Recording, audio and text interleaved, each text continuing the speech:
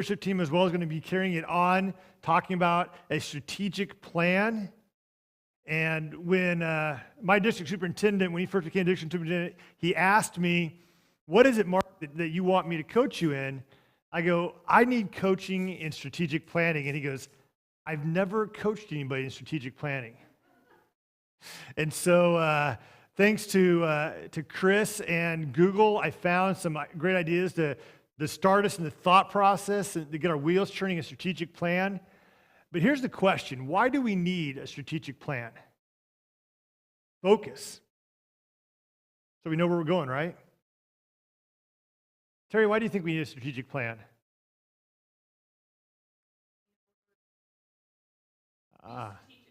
Be strategic.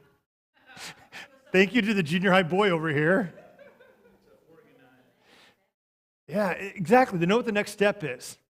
So, when we develop this strategic plan, we know where we're going with the end in sight. We know how to get there.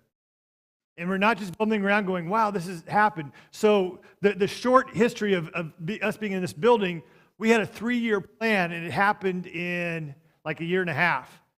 And suddenly, Kelly was on the board at the time, and when we were scrambling, going, how are we going to do this? How are we going to do this? And suddenly, we're like, wow, we thought we were years away from this happening, or years away from this happening.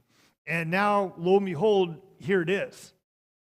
And so there's a lot of coaching that I'm seeking because I'm leading the church into an area I've never led before. It's kind of like being whitewater rafting with a guide who's never been on whitewater before.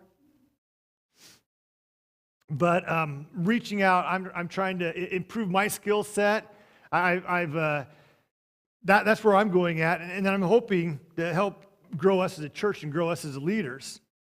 Max Dupree says, in the end, it's important to remember that we cannot become what we need to be by remaining what we are. We can't become what we want to be by remaining who we are. We have to change. And so when we talk about this changing, it can be kind of scary. Because when we came in as a church and there were just a few of us, we knew what our jobs were, right? But then, as a leadership team, we talked last board meeting, what's the scary aspect about growing? Well, it takes away some of the things that we do really well right now. Because when I come in, people know my name. If I'm gone, Terry knows I'm gone. But as we grow, Terry might not know that I'm gone. So how do we keep doing stuff like that if Terry's not going to be able to say, wow, this person's gone, that person's gone?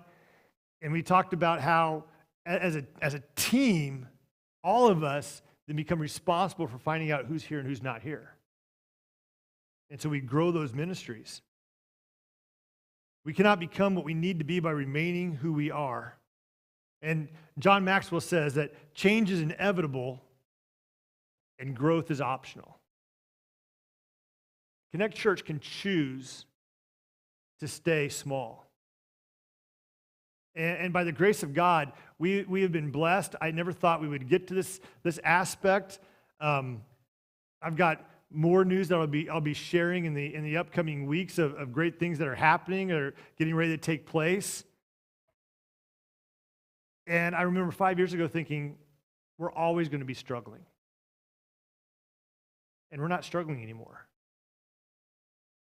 And so I stole this. Actually, I just stole it at the Wesleyan Church on an email. I had this graph, and I loved it. But if we were to rank Connect Church 1, 2, 3, 4, and 5, what is subtracting it?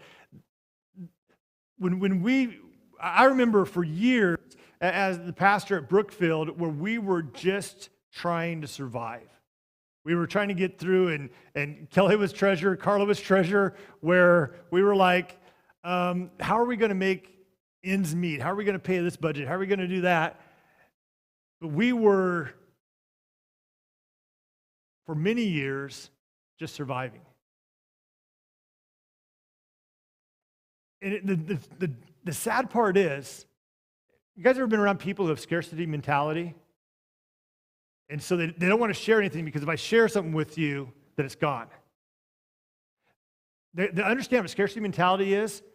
Give Lance a bag of Dorito chicks and then ask him to share. Because he's like, no, it's bad, it's all mine. But we sometimes in the church, we can fall into that. You have growth thinking, you have movement thinking. And honestly, my prayer all along and going into the Daniel fast is that we would create a movement. But if you were to look up that number right now, and you see it, a 2 is kind of surviving, a 4 is reproducing, what number would you give Connect Church? Honest number.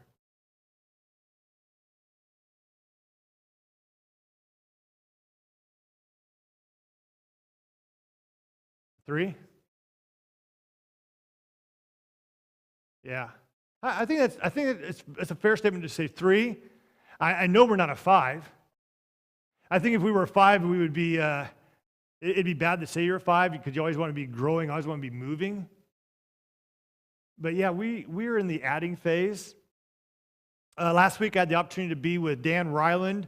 He was teaching a leadership course over in Bartlesville.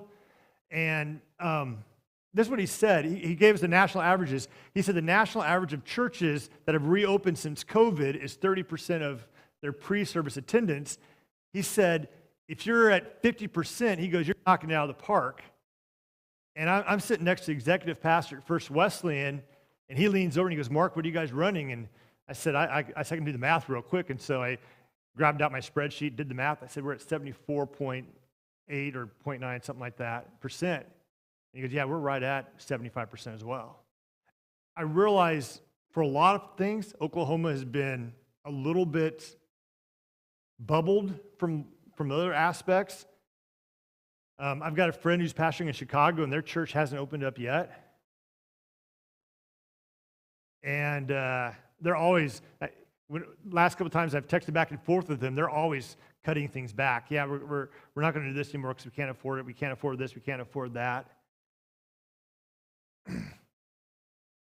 But because of your faithfulness and because of what God is doing amongst us, so we had a family who came and at the beginning of the year said, hey, we have a goal of hiring PK full-time. We'll give seed money and get that happening. We brought it before the church. The tithes and the offerings raised enough that we're able to sustain it, PK coming full-time. Another family came to me and said, hey, we need a mobile ministry, and we would like to give seed money toward that. So now we have $2,500 to get us moving in a direction of thinking about buying a bus or a van or something to haul kids around, to haul people around. If someone needs to ride the church, we have a ministry to get them here to experience what God is doing. See, when I look at these things, I see that we have people who are saying, man, what can I do to help out with what God is already doing? And I want to get involved in what God's doing. We're very much in the adding stage. Multiplying is, if we want to go from adding to multiplying, it's all about this, making disciples. Getting people mobilized to go out and carry on ministries. And I shared this with April on Sunday. I go, man, April, the last 3 weeks you've been on fire. You've been calling people. She's just been trying to get that set up to get us to where we need to go to the next level and recruit and help with leaders to recruit people and help us develop enough leaders to get us to the next level. The temptation for all church leaders is being blessed by God, given growth is delight themselves fully in the influx. So many times we think about growth and we get delighted and say, man, look at what God is doing. And then we become complacent.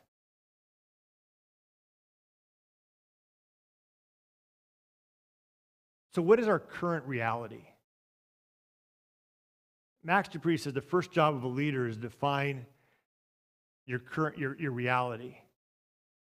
How would you define where we are right now at Connect Church? What are we doing well? I've got the strengths list on there. Can't see that very well. I have the strengths list on your sheet I handed out to you as well, because you can see that a lot better. I thought it would show up better than it did. Oh, I know why. I had it in a different background first. There we go. Let's put it in a different background.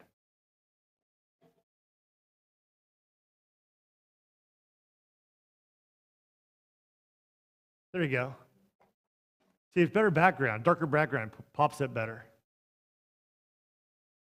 Yep, and the fire's burning. You know, as a church, we can only grow by building on our strengths. We can't grow by building on our weaknesses. And so this is this is a funny argument that Terry and I have from time to time when she tells me that I'm not good at something. Especially when we were first married, I throw my hands in the air. Yep, you're right, I'm not. I'd walk out of the room. She goes, "Who does that?" And she goes, "Man, I thought I'd tell you you're not good at something. You'd work on it." And she goes, "You don't. You just throw your hands in the air and go, okay, I'm not good at that," and just walk away. But sometimes as a church, we have to be okay with not being great at everything. Which means just because someone comes and says, "Hey, why don't you do X, Y, and Z?" When I was first in ministry, someone would come to me and say, "Hey, we need to do this." I'm like, "Yeah, we need to do that." And so I jump on that bandwagon. And someone else would come over and say, "Hey, we need to do this and this and this." I go, "Okay, you're right. Let's jump on that bandwagon."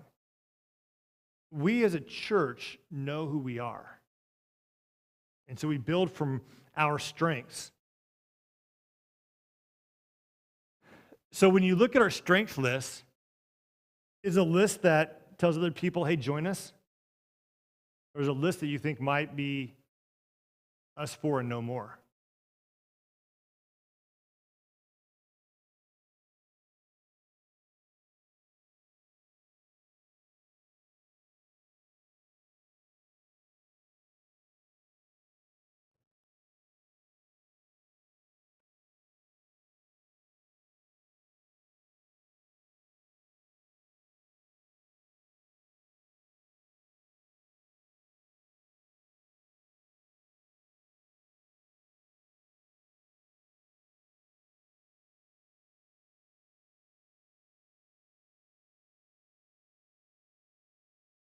Yeah.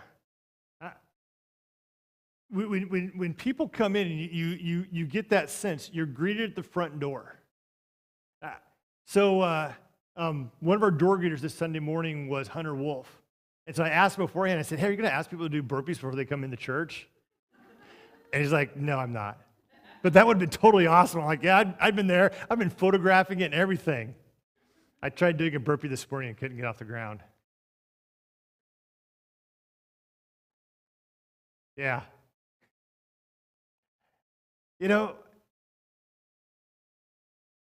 Here, here's a belief. I don't know how this sits in our planning stage, but I feel if we are doing the right things, doing the things that God is calling us to do, He will bless.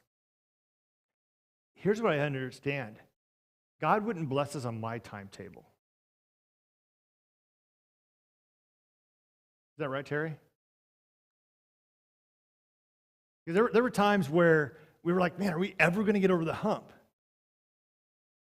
And so 2019, we had huge momentum. We averaged 126 in November, and December was a little bit down, but it was because of that Sunday after Christmas always kills us. But I was like, "Man, this is so exciting, so awesome." And so Ken came, I said, "Man, these are going to start off, they're going to be flying." And he was excited. They were running youth of over 30, and he's excited. He's getting into schools and all these great things. And then the world shut down.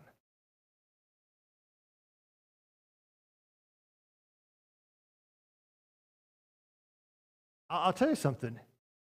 It upset me because they didn't ask me they could shut the world down.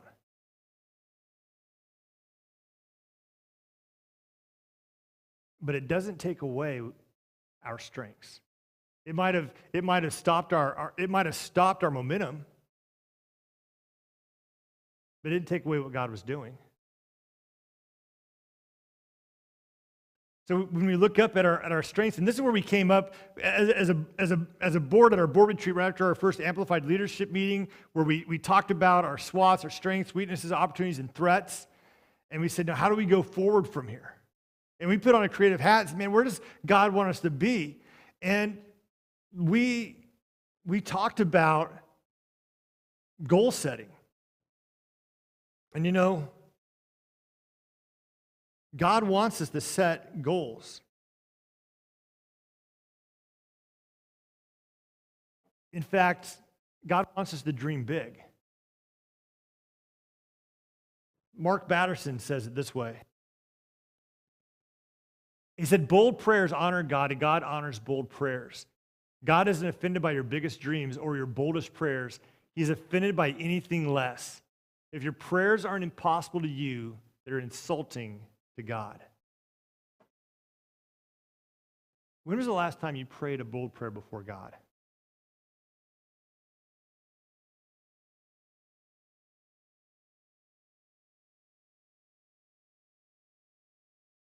Have you ever prayed something before God and he told you no?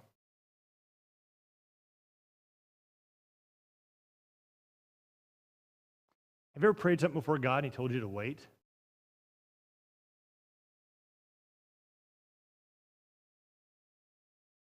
We've been in a waiting period for, today marks a little over 12 months. Lance asked me when he was going back to spring break, he goes, man, why can't spring break be 2 weeks long? And I said, because they tried that last year and they never took you guys back.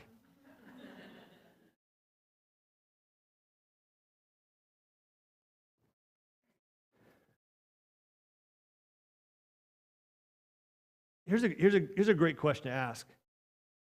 Why do we use metrics? You guys know what metrics are? Metrics are numbers that show how well we're doing.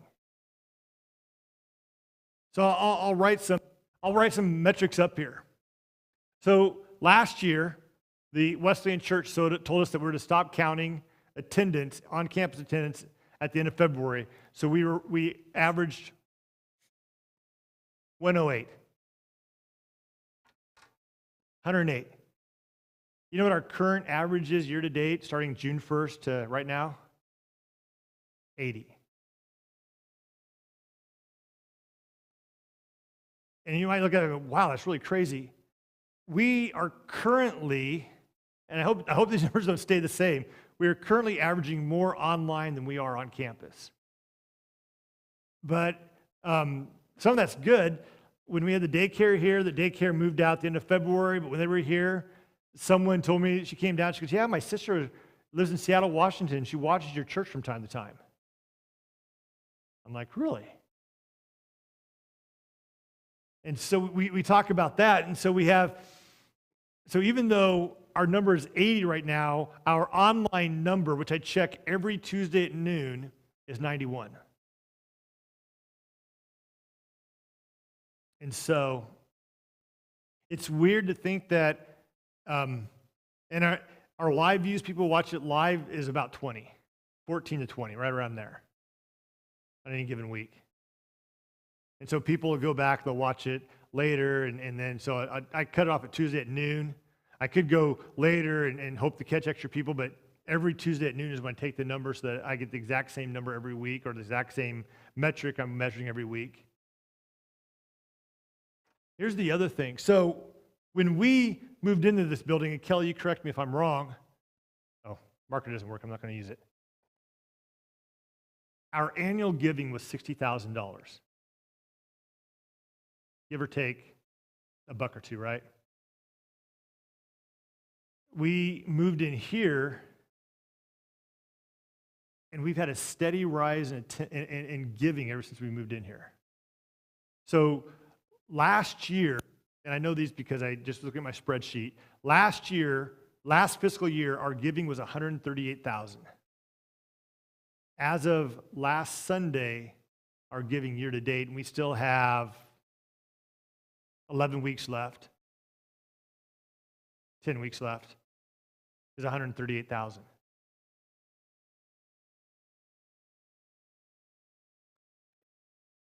It's some of the metrics that we measure. What's another metric that you think that I would measure?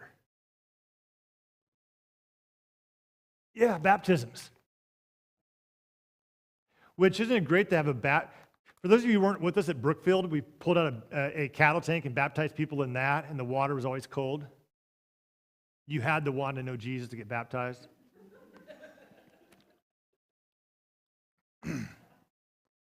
Yep. We measure baptisms, but in order to get baptized, what's another metric that we might measure to head up to that? Salvations. So we measure salvations, we measure baptisms, we measure, anyone else want to take a guess what I would measure?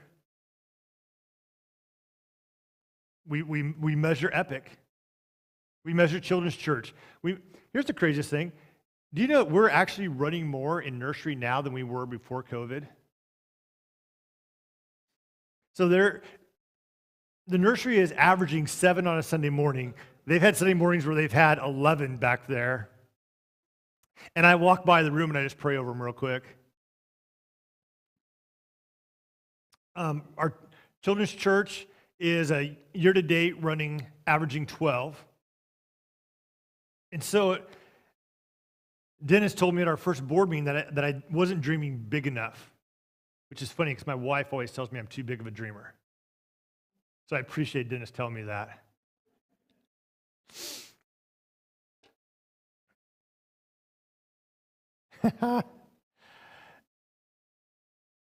And so we talked about, you want to know that I got a word up there that says BHAG?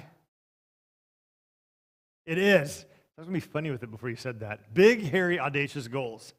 When Terry was working for the radio station, which was a lifetime ago, we were down at Sunnybrook, and in their pew, in every one of their pew holders, they had a bright, obnoxious yellow sheet of paper that said our BHAGs by 2020. Because it would have been 2000, I think, when we were down there. And so I pulled out, I'm like, this is so cool. And I kept it. I think I lost it and then moved someplace. It's somewhere between here and Brookfield. It was the first time I saw that term, big, hairy, audacious goals. We call it, though, our terminology is big, hairy, audacious, God-given goals. And so, let me throw this out there, guys. Who do we want to be 5 years from now?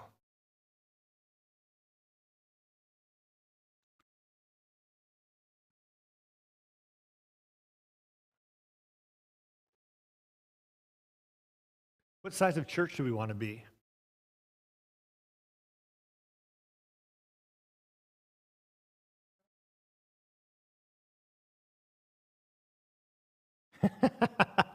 More than what we have now?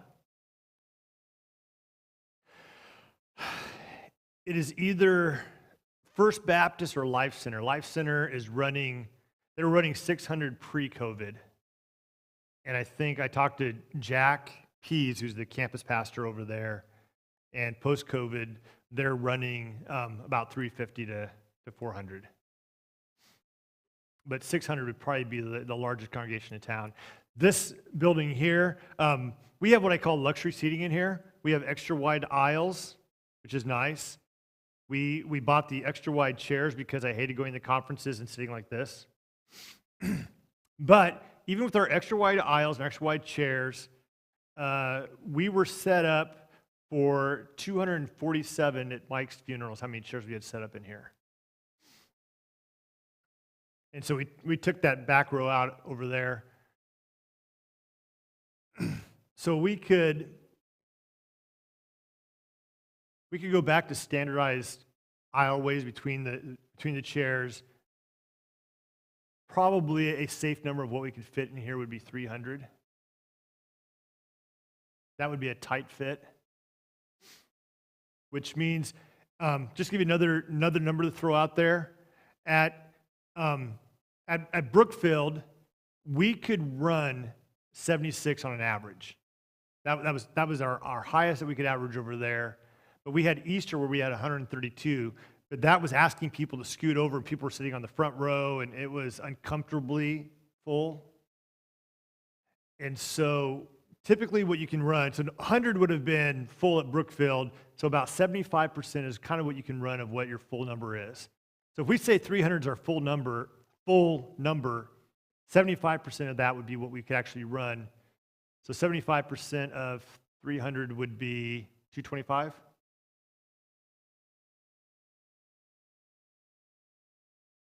But do we want just one service? Do we want two services? So when we talk about this, in growing, what do we need to do to grow?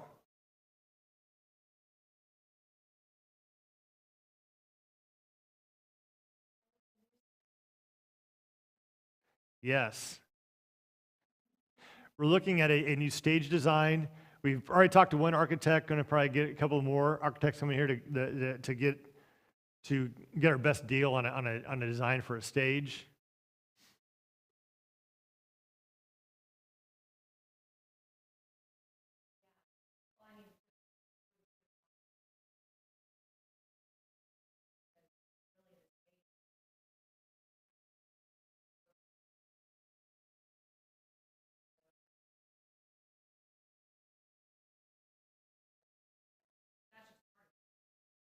Yep.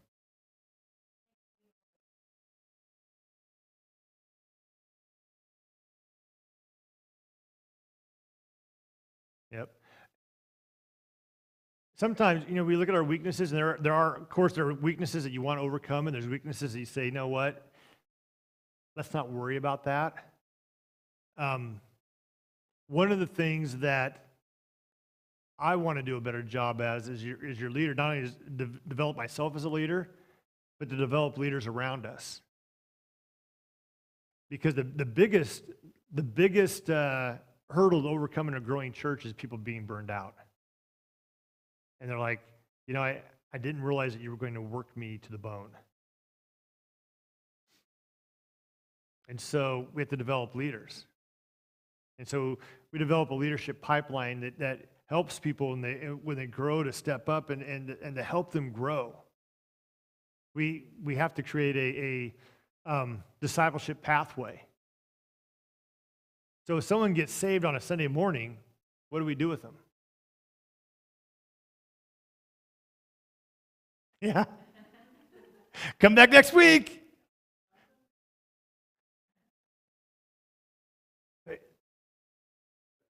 I think you had a question. Right.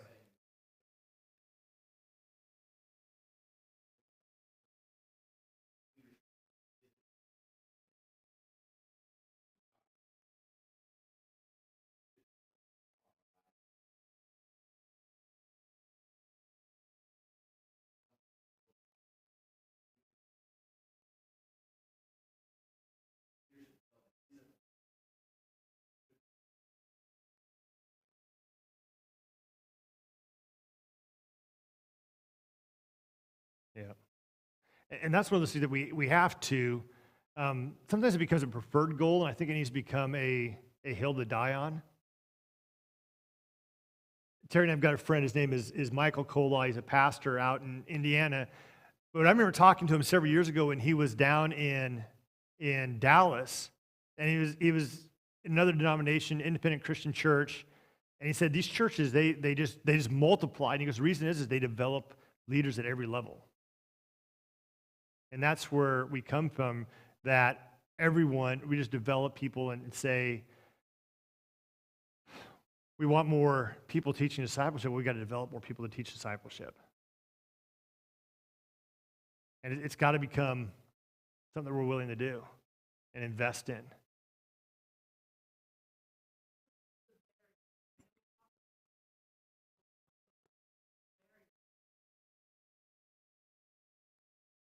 Me? It really is. It comes down to we've been blessed the last few years, and we're getting ready to be blessed to free me up to be able to do more intentional leadership development. So before Kenneth got here, I was doing, my schedule was crazy. And because it was crazy, I didn't have any time to really sit back and reflect and grow personally, and therefore I couldn't grow the people around me. And so I think one of the things that we said, one of our threats on there was pastoral capacity.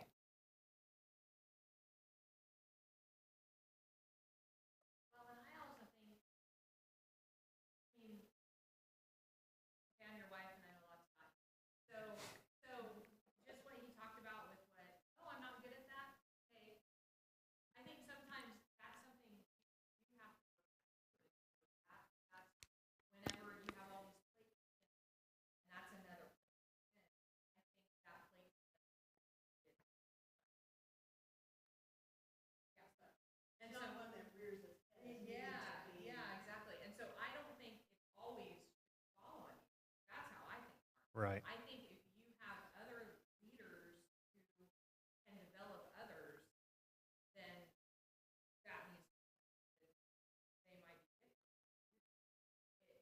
I think the key.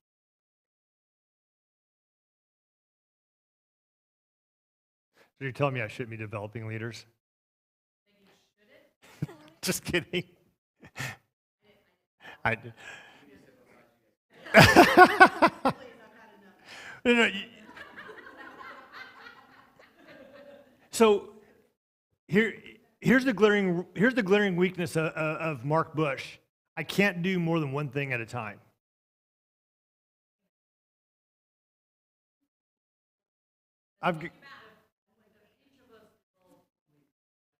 Right.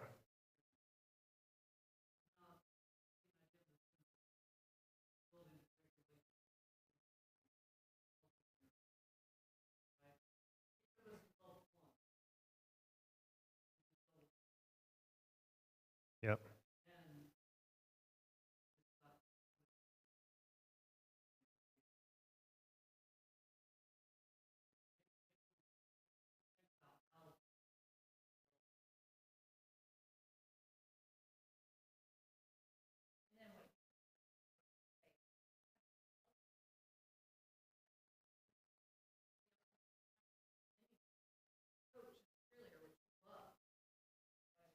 Yep.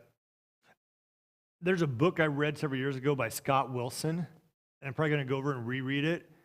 But he had the same problem that we had when we were at Brookfield, except his was 10 times our 10 times the scale to us. Whereas at Brookfield, we would be 60, and then we would bump up to 90, and we come right back down to 60. He was at a church where they hit 600, they'd grow up to 900 and come back down to 600.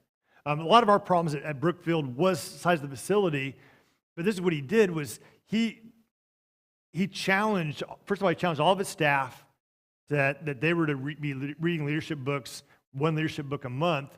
But then he said, I want you to develop the people who are directly reporting to you, your volunteers, have a leadership, have a process for them to grow, have a plan. Okay. I didn't realize it was cold in here. I'm sorry. Everybody's out there, their teeth are chattering. You're right, Chad. If all of us developed one person,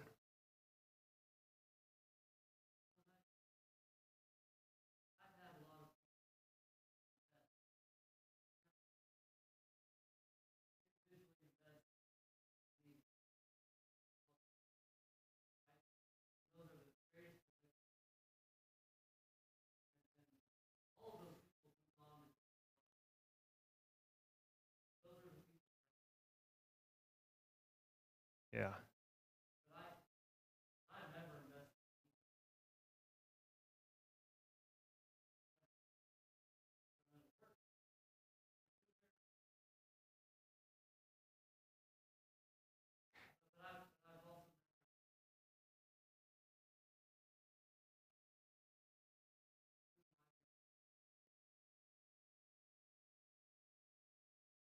That's good. Is it easier for women to invest in other women than it is for guys to invest in other guys?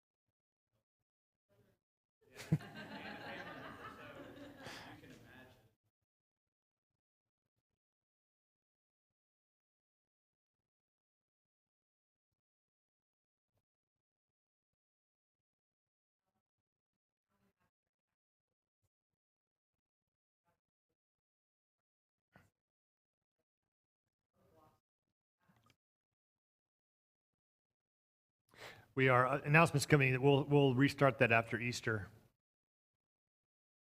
I think Liddell's wife is itching to bake us something, so. Yeah, it has to be. She asked me about baking something, so we have to wait until after Easter because I'm on the Daniel fast right now. And I spend most of my days dreaming about coffee.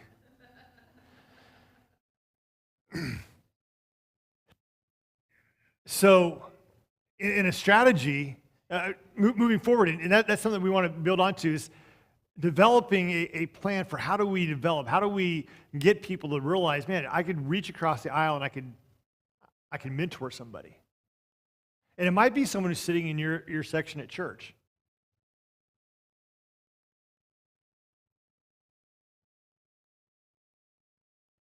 I know Kenneth has plans for doing leadership development with the youth and having a leadership culture up there.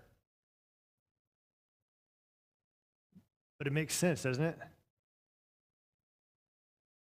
Here's why it makes sense for us to develop more leaders.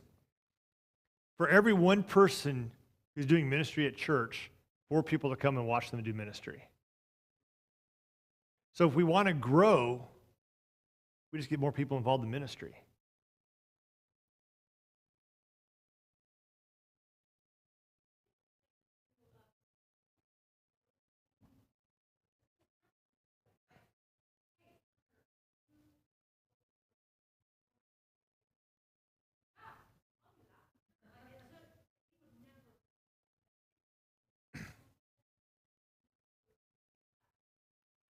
Yeah.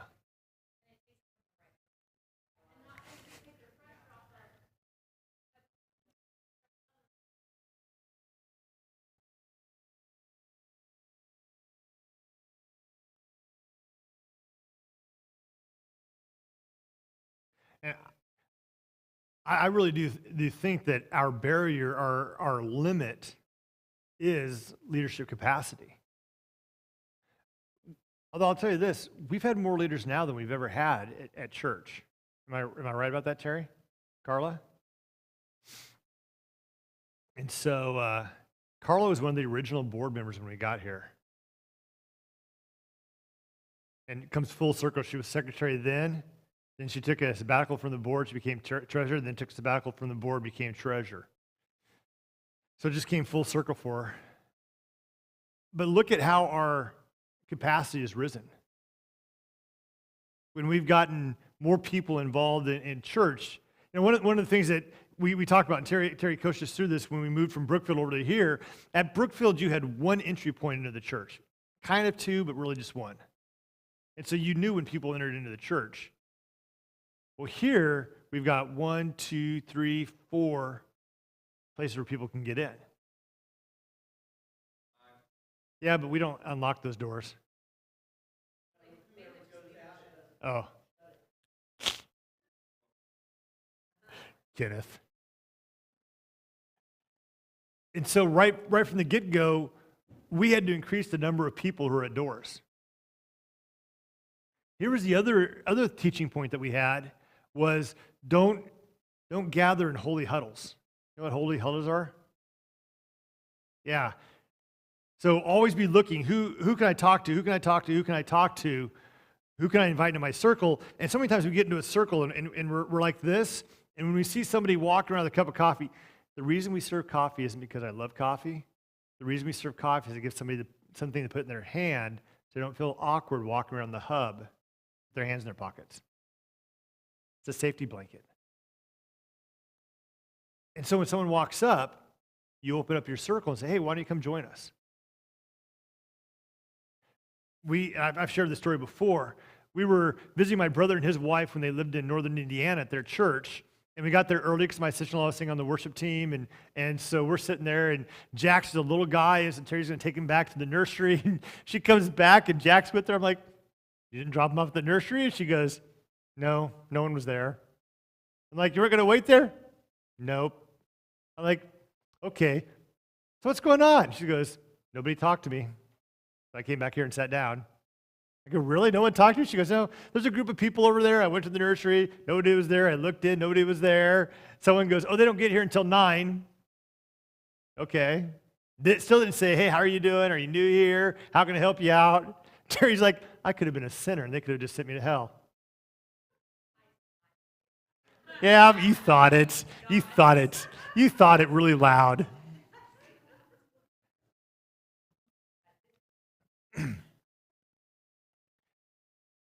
When we dream big, imagine what it would look like if we had twice as many leaders at Connect Church. If every ministry had a leader and then had someone that they were developing to take over for them.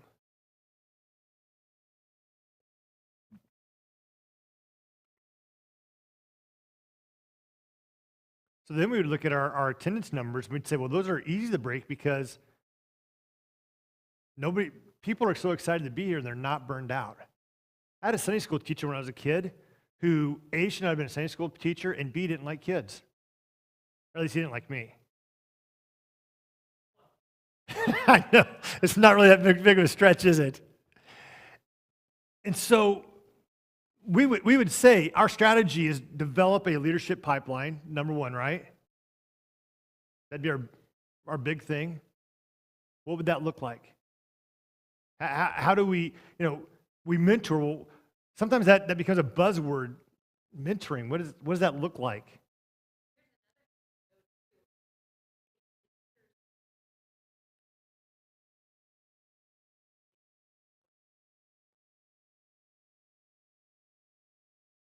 Yep.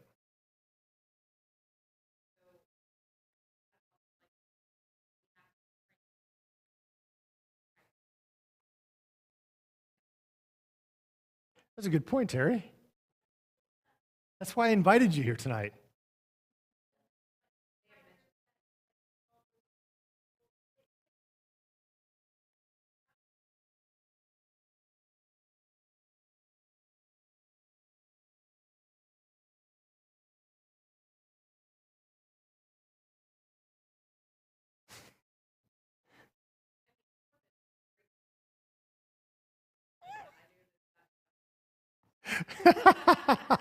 I'm like, man, it's like, But I just think getting somebody outside of it and it becomes something that's great to go to, and hey, we're investing, we're bringing.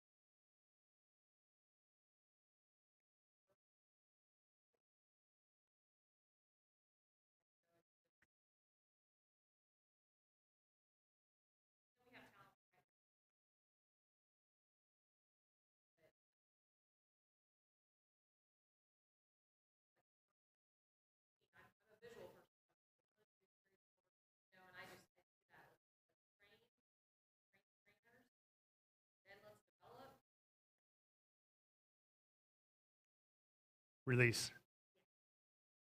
I can't read lips. You're out my sight range. I'll be quiet now. Oh, okay.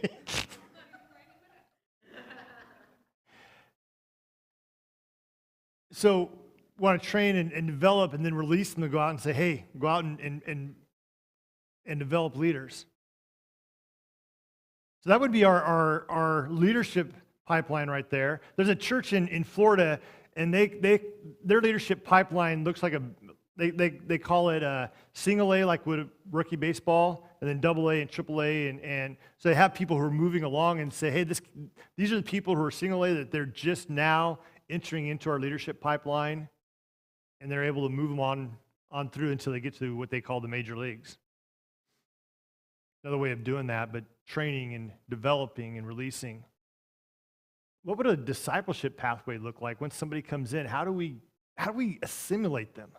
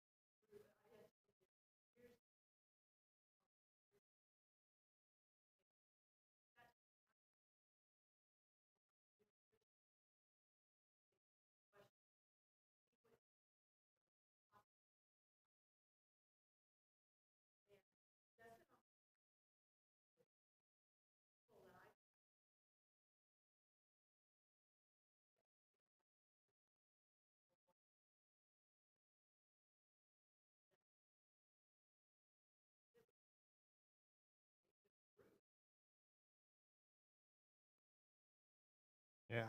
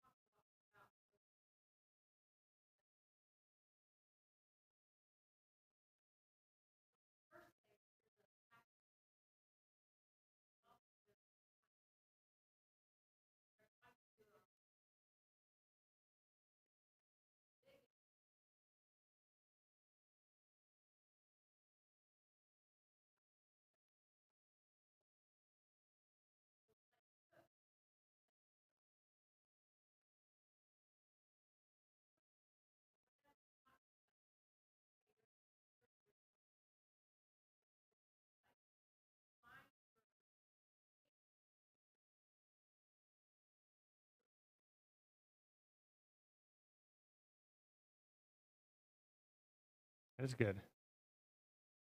Was it Victory? What was the church there in Oklahoma City that we went to with Stephen Melissa?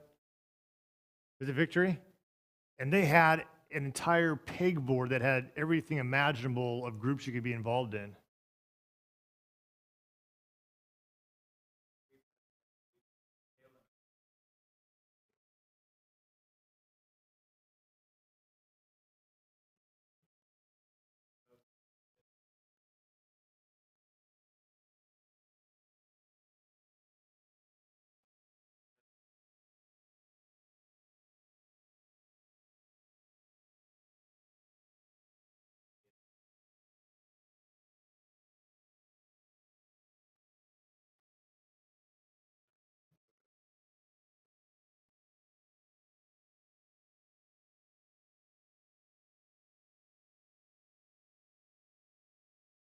Yeah.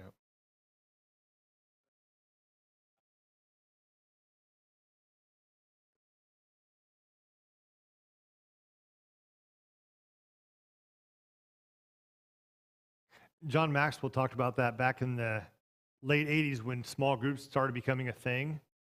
And he went back to Skyline and just visited this church that had 100 small groups. He said, hey, we're going to start 100 small groups. And he went and started 100 small groups, and it went over like a lead balloon. And then he realized that he needed to develop 100 small group leaders if he wanted to start 100 small groups.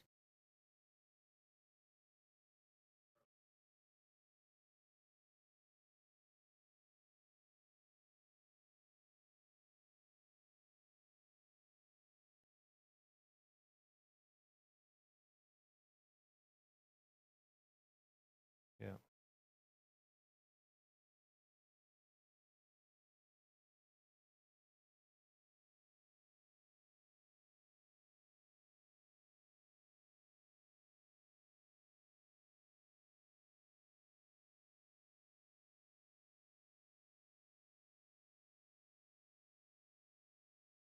Yeah, they can, your small group then can multiply, not divide, because we never divide, we always multiply. And it starts to grow. When and PK and I've had several conversations about this, about our dream and vision of the future. I have a dream of a packed church, and actually it's of a new sanctuary, a packed church at that. Where was I going with this?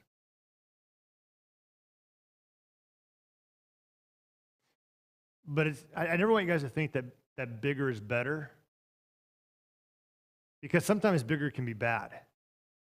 Because when we become bigger, and we've even seen this as we've grown as a church, when back before COVID happened, where people could slide in and they could hide out, and then they could slide out. And so it became easy to be a place where you could come and hide. And so there's a couple things on there is we always want to pray that we never outrun the Holy Spirit, never move faster than God does.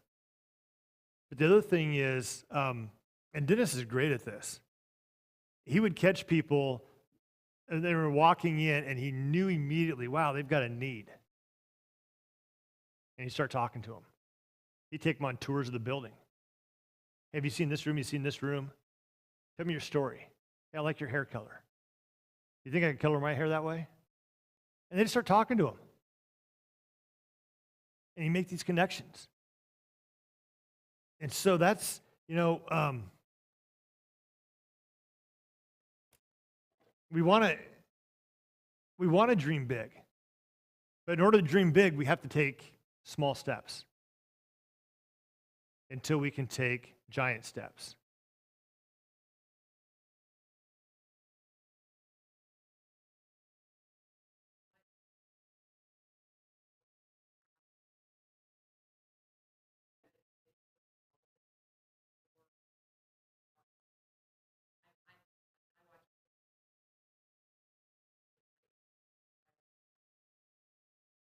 Their graduation there, and anyway, but I think leverage quality of that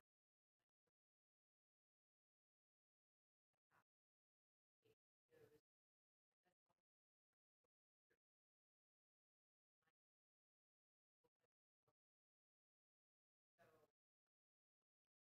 Yeah. There's a guy that sent me some information a year ago before COVID happened, and it wasn't even on my radar, about how they set up their membership class so that it had these, and he said that he could do it for me, and I haven't gotten back with him. And so they have these, what do you call them, where you go through a segment at a time?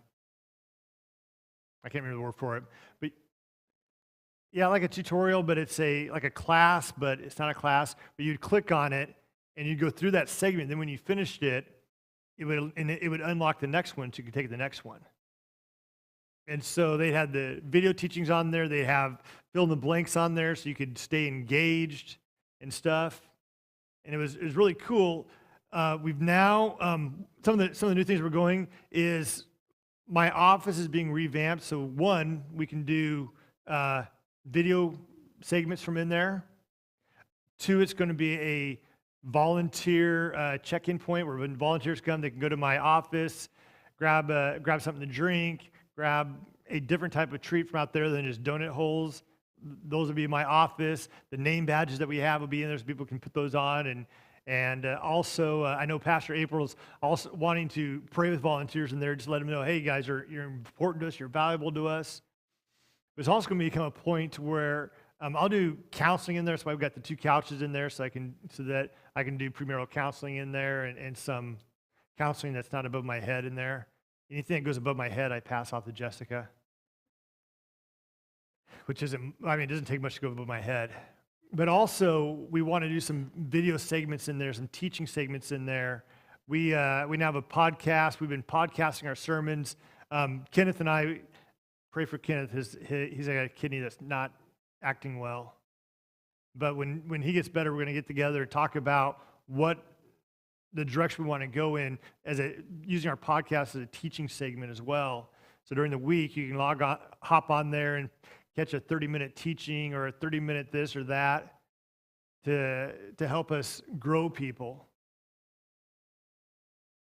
That's where we're looking at, is how can we hit the next crowd. And then because I'm a Gen Xer, I thought the only podcasts out there were Apple and Google Play. But I didn't realize until I started podcasting that iHeartRadio does podcasting, and also Spotify does podcasting. And actually, Spotify, more people podcast from Spotify than do Apple, which kind of shocked me. And so we're going to get those out there. We're still waiting for approval from Google Play on our artwork and Apple on our artwork to get those on there. But we're already being podcast on Spotify and iHeart.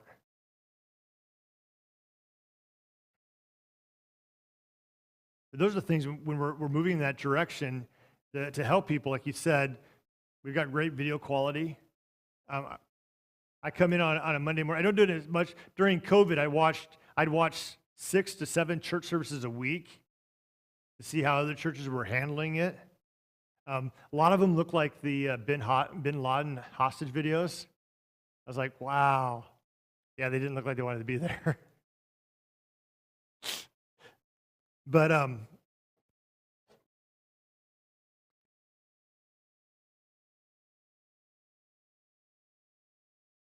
thought I had a fifth point. Oh, there it is. Okay.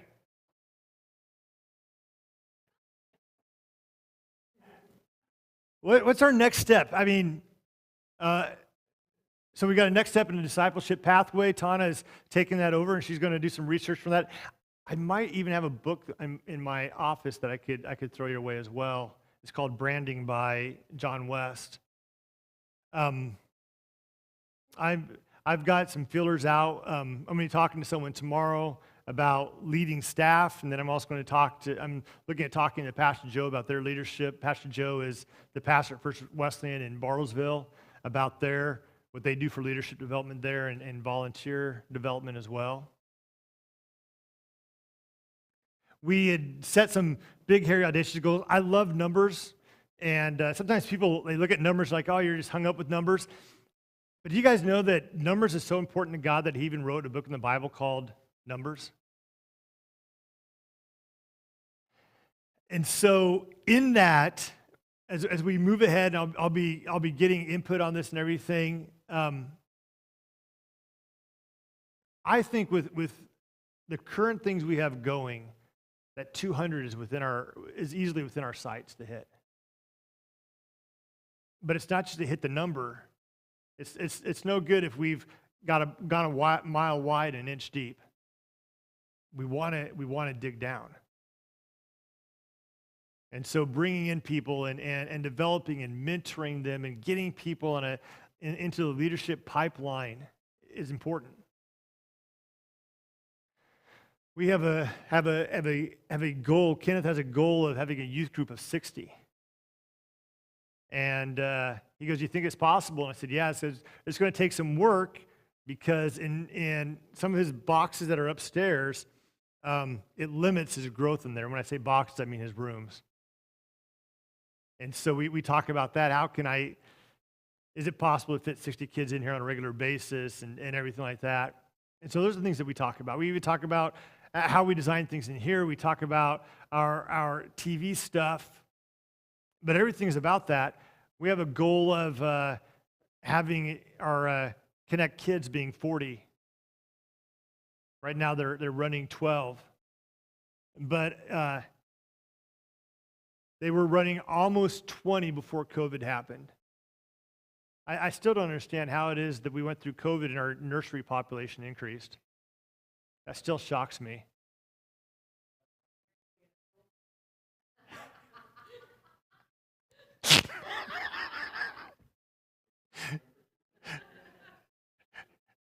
Does it start with a mama and a daddy really love each other? Touche. Yeah. Yes. Our friend that we're telling you about, Michael in Indianapolis, him and his wife had a COVID baby, which is really funny because they already had 5 kids. And then when it came out and they announced that they were expecting, I said we didn't stay 6 feet apart. So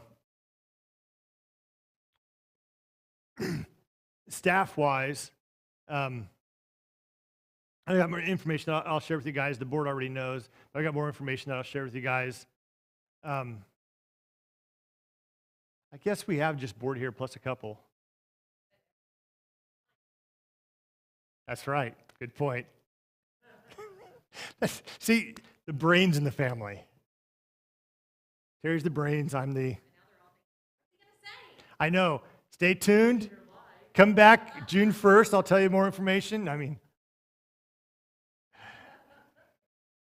But in growing, we also talked about our capacity income-wise to be able to hire staff and to do great things.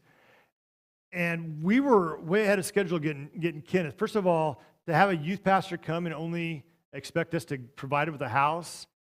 And I talked to him on the phone, and I made a bunch of guarantees that I couldn't back up. I said, hey, our goal is to get you at halftime by next conference year and to get you full-time the year after that. And so we were like a complete year ahead of that. I was sweating bullets going, God, I just opened my mouth and you need to bail me out now. And God did. God used you guys. But that's where we are. Next steps. Next time we gather together, I will have a leadership pipeline and plan in place. How we're gonna do that. I will give you guys more information about some of the cool things that God is doing and where we're going. Next time we gather together, we'll have an idea of what our midweek podcast would look like. So, anyone else have any questions? Anything you want to add?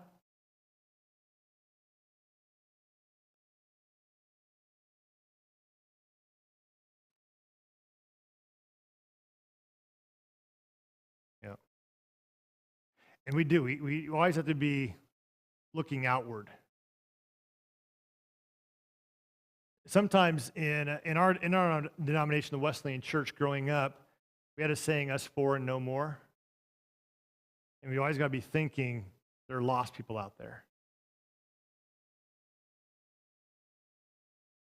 But it is.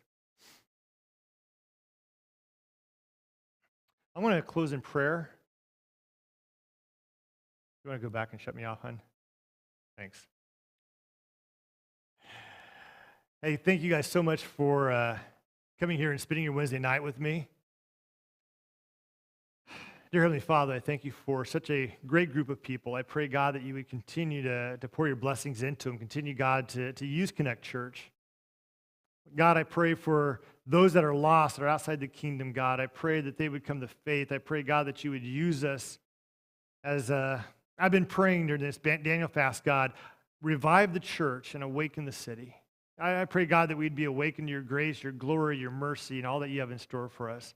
I pray, God, that you would revive us as a church, that we'd be fully alive to see great things happen. We pray this in your holy name. Amen. Thanks, guys, for joining us.